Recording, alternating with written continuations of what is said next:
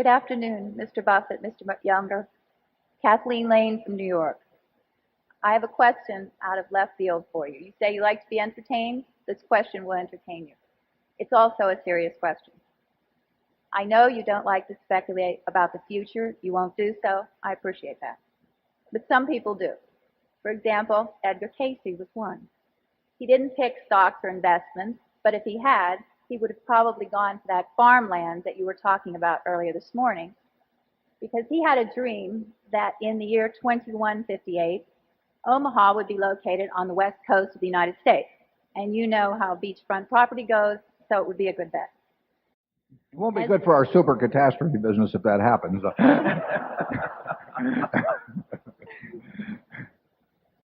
As you both said earlier, we're living in an extraordinary time, financially especially.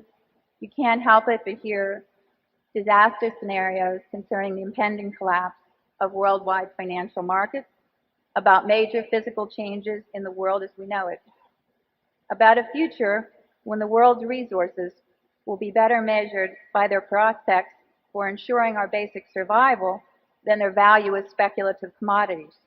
That's where that farmland would come in again. Nobody does better what you two do.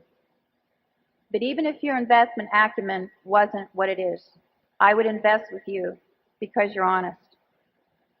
In short, I came here to ask you, what would you tell a single mother to exchange her Berkshire sharehold for gold coins? When, under what circumstances?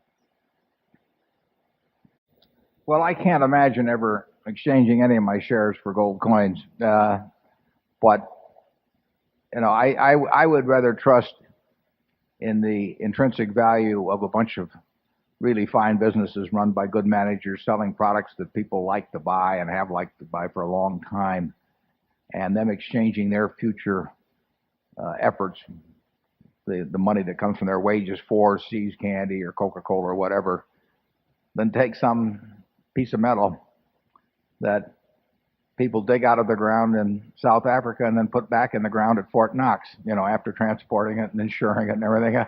I've never been able to get it real excited about gold. Now, my dad was a huge enthusiast for a gold standard. So, I grew up in a family where gold was revered, if not possessed.